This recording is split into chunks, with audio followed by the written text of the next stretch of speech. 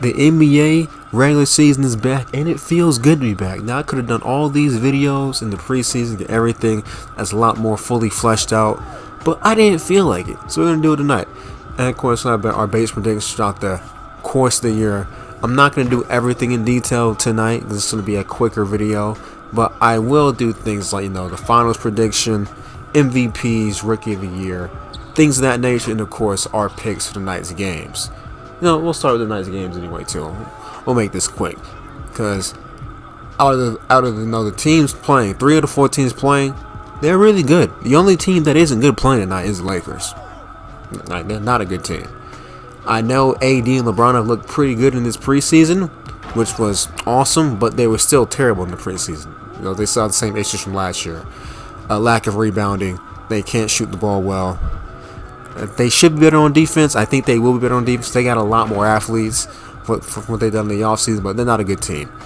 But for tonight's picks, I got the Lakers spoiling the Warriors ring celebration. I really do. The ring ceremony.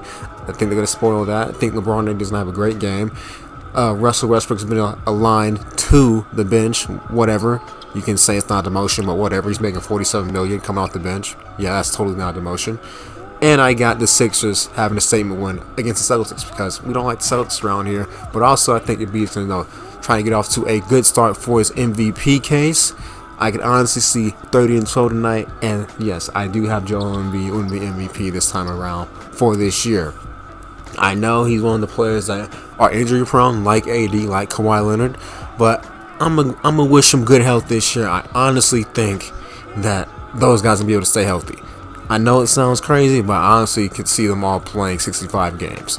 Maybe Kawhi with 60 because he's going to load manage him more, but I could see them being healthy throughout this season, and I think it's going to be, great basketball year-round for these guys. So let's hope nothing happens, and then they make it to the playoffs. Let's hope they will stay healthy in the playoffs, because Joel torn his thumb ligament and last year in these playoffs. So yeah, we're wishing for good health on all these players.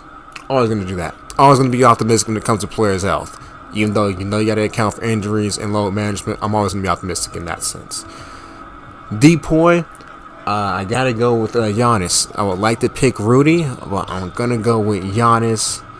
I mean, he didn't win one last year. He didn't win an MVP last year either. So he's honestly has a chance for both of those. But being that, he doesn't have that fatigue anymore, I think he has a good chance of getting the Defensive Player of the Year.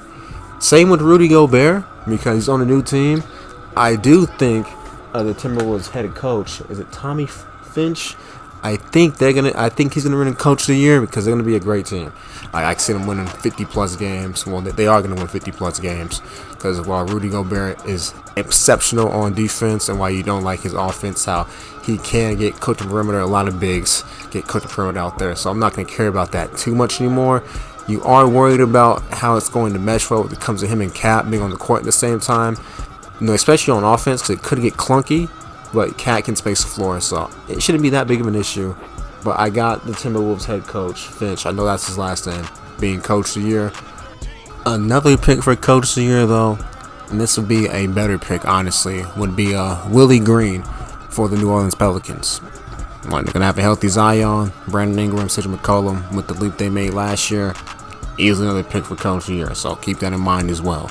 But I'm going to go with Finch from the Timberwolves, because I think they'll be better in the regular season. Rookie of the Year, I'm just going to go with Keegan Murray. I know it's the Kings. I know it's Sacramento, but they got De'Aaron Fox, Montes Sabonis around them. They can really put him in a good situation, and he can really look well, just like Scotty Barnes last year. Now, I know that the Toronto Raptors is a way better organization than the Kings, but being that they got some good players around them, they got some stability, he should be able to shine well and be able to showcase his skills and be the Rookie of the Year. I also like Jaden Ivey, but that's because I like Jaden Ivey. No other reason. I just like Jaden Ivey as a player. But there we have it for our Rookie of the Year, Coach of the Year. Who do I think is going to be the top seeds in both conferences?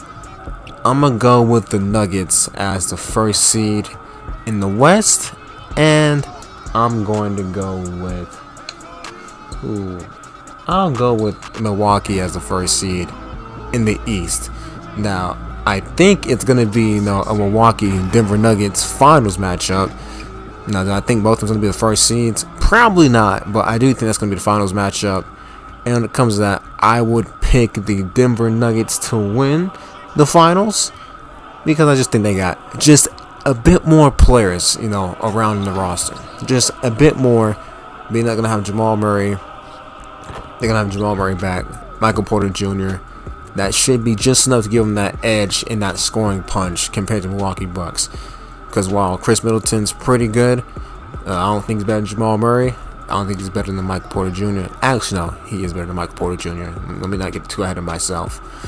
But meaning that they got, a third, really good scoring option right there. I think that gives them the edge. And of course, good offseason pickups like Tavis Caldwell-Pope will always help when it comes to guarding the other team's wing or guard-oriented players. So I think the Nuggets had a good chance of winning the championship this year. Of course, you need guys to be healthy. You need Jamal Murray to be playing the way he was in the bubble a couple years ago. And to wrap this thing up, because yes, speaking of the bubble, let's stop talking about the bubble. I may go more in depth on this in a later video, but the bubble is over. We have crowned 2 champions, past the bubble. I don't think we need to be talking about the bubble anymore when it comes to NBA basketball. I don't. And I'm a Lakers fan. My team actually won in the bubble. But I don't know why we're still talking about this so much if it was, such an asterisk and it wasn't, the most meaningful basketball and whatnot, and it doesn't really count. I don't know why we're still talking about it. But please, enough with the bubble. It's been 2 years. We crowned 2 other champions. We're about to crown a third one. Let's get over it. Without the way, y'all stay safe. I'm out. NBA's back.